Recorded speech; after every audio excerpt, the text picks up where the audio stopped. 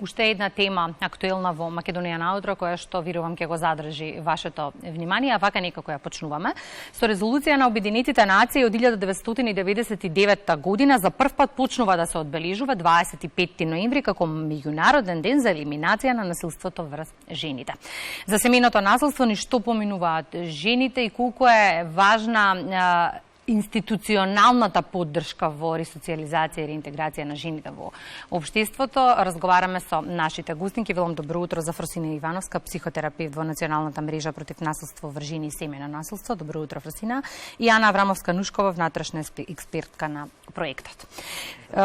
Како за вовед во разговорот извадив некоја статистика, иако на почетокот пред да се договараме ми кажавте и не мора некои статистики да кажуваме, бидејќи нема значителен пораст на насилството од почетокот на пандемијата, иако мислевме дека тоа ќе се случи, но сепак сакам да ги кажеме. Во однос на 2020-та 1168 насилства на 836 жртви кои го пријавиле во градовите и статистиките во однос на бројот на жени жртви на семејно насилство во урбана и рурална средина се драстично се разликуваат.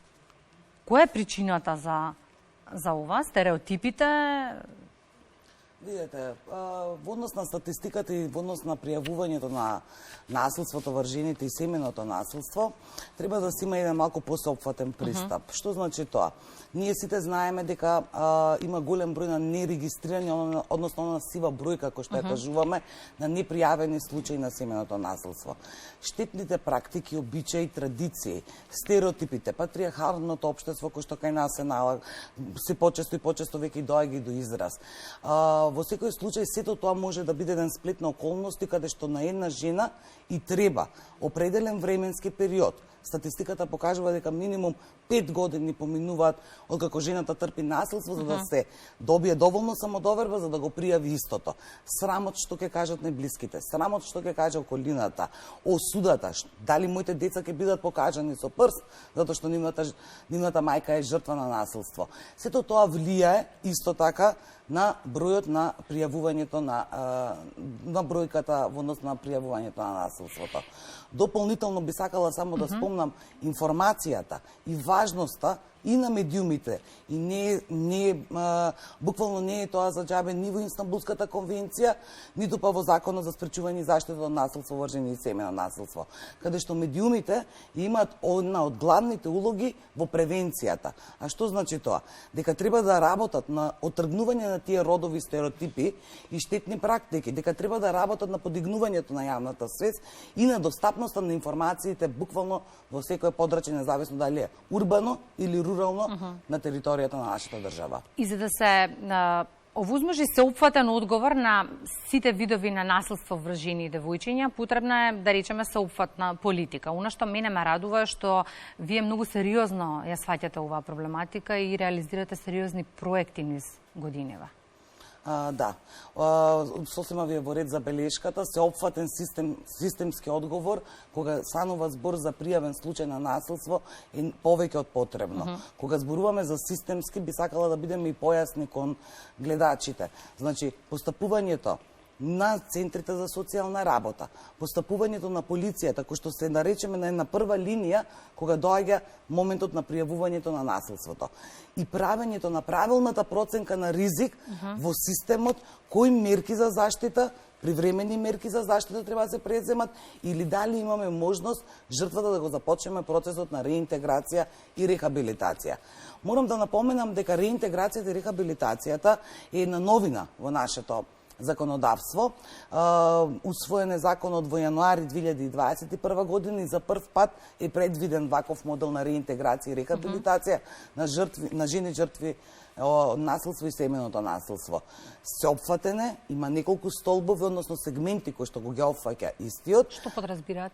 Подразбираат, сега ќе ви кажам, значи подразбираат една од најбитните работи домувањето. Сите анализи кои што кај нас се направени и ние како мрежа во 2019 година спроведовме анализа за економските предизвици со кои што се соочуваат жените што ја напуштиле насилната средина или сака да ја напуштат насилната средина. Еден од најгорливите проблеми кај нас е домувањето. Можеби жената нема проблем во однос на насилството, веќе ги надминува траумите од насилство, ја напуштила насилната средина, знае дека не сака да се врати, има некоја, да речеме, плата просечна кај нас, има 2 деца за кои што веќе е доделено доделена издршката и чувањето на децата, има минимална алиментација, но нема каде да живее. И тоа е многу голем проблем, посебно за оние жени кои што не ја добиваат првичната поддршка. Првично нивните родители или семејства, или воопшто не ни ги имаат, или па имаат имотен спор, односно иден имотен спор со тогашниот брачен пријател. Например, треба да се направи физичка делба на имот стекнат во брак, па потоа да се продава станот доколку има можност или да се дели физички, и тоа е процес кој што трае долго време. А нези треба веднаш сместување, односно живеалиште за кое што можеби со тие приходи што ги има, таа не може да се ги плати киријата и сметките. Колку куќата за отворено домување е една опција, ајде да кажеме привремена, која што ја имаат на располагање жртвите на семејно насилство, и што всушност нудите како услуга тука? Куќата за отворено домување се покажа како многу значаен ресурс, затоа што го возможува баш ова што го зборува колешката. Тоа значи дека откако поминал или е надминат тој ризик, кај жената која што пријавила насилство, побарала поддршка, најчесто биле згрижени во шелтер, каде што се згрижуваат жените до надминување на ризикот, и потоа откако ќе се направи оваа првична стабилизација, доаѓаат во куќата за отворено домување, каде што се почнува да се работи на психолошко советување, се работи на поддршка во однос на остварување на други социјални права, се продолжуваат тие правни постапки кои што можеби биле започнати или допрва започнуваат.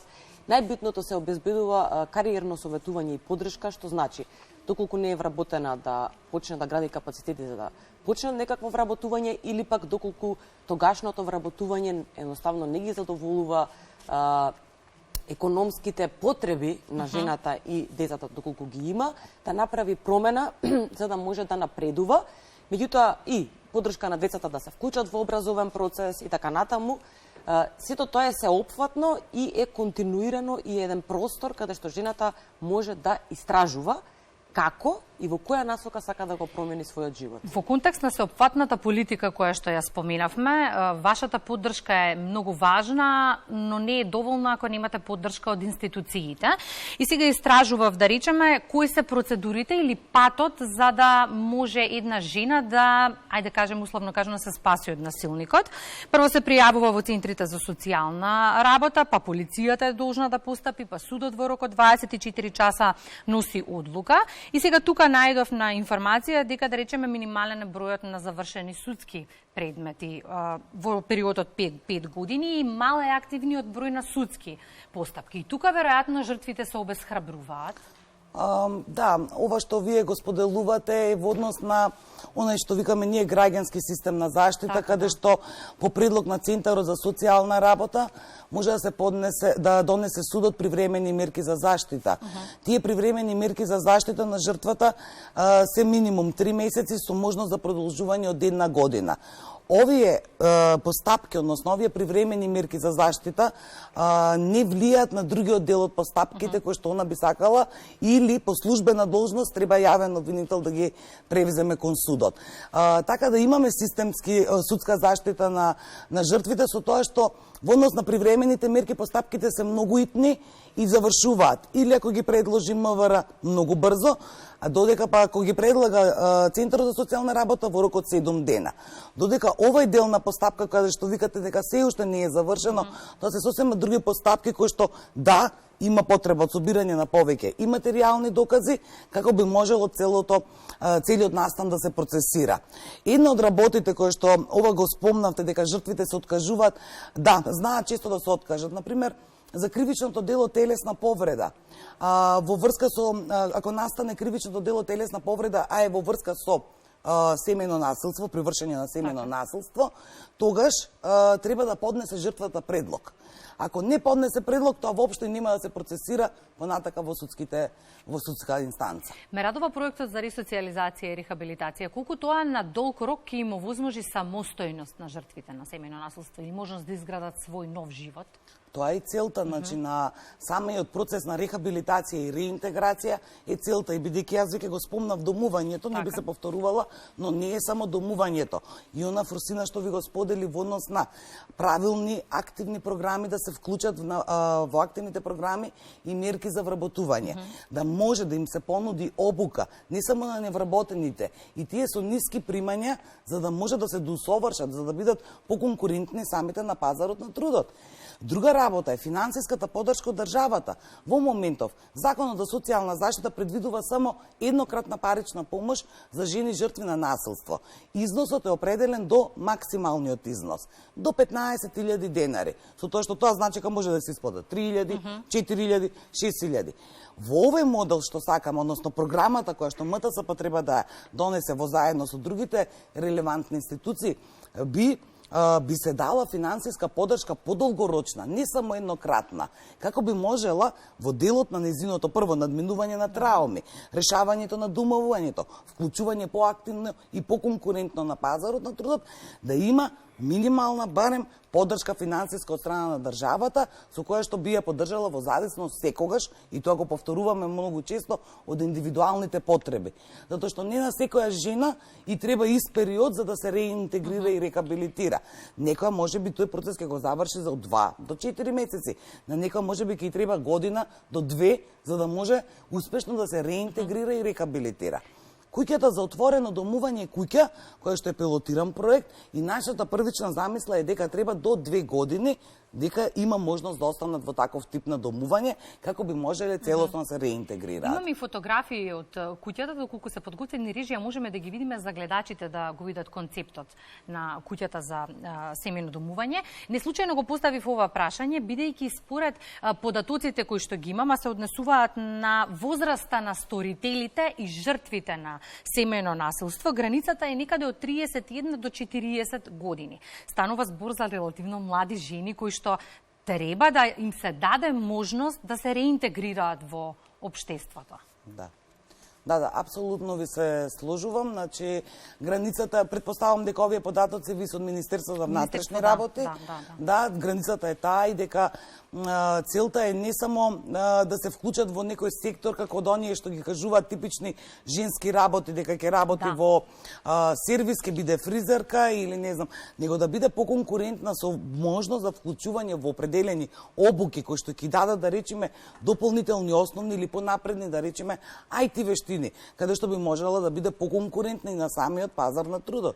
Да не заборавиме дека дел од жртвите се и високо образовани кои што ја оставиле кариерата како под притисок на насилникот и заборавиле веројатно кои се и колку вредат во општеството. Да, меѓутоа многу жени, ова е само да информирам дека ова е советувалиштето кој што функционира во рамките на националната мрежа, дека многу жени додека се сместени во шелтрите за за заштита остануваат без работа, затоа што шелтерот подразбира дека тие за да бидат целосно безбедни со децата не го напуштаат шелтер центарот во период од 2, 3, 4, 5 месеци и тука се случува да жените останат без работа и да кажат дека многу тешко го доживуваат моментот, значи го губат домот, ја губат таа партнерска релација, бракот и ја губат работата. Дека тоа што пријавиле им се чини дека донело поголема загуба отколку да останеле во домот. Уште едно прашање пред крај на разговорот.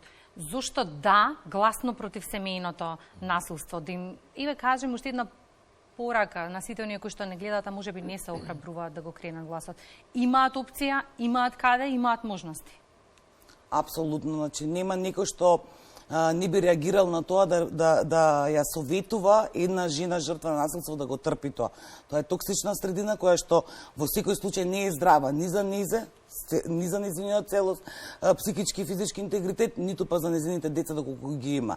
Апсолутно, значи треба да се пријави за да можат институциите да преземат, за да можат граѓанските здруженија да преземат понатамошни чекори како би можеле успешно да ја реинтегрираме и да ја заштитиме во однос на насилството. Благодарам за гостувањето. Ова сигурно не е единствениот ден кога говориме ние на оваа тема, што значи дека ја продолжуваме за известно време. Благодарам многу. Ви благодарам.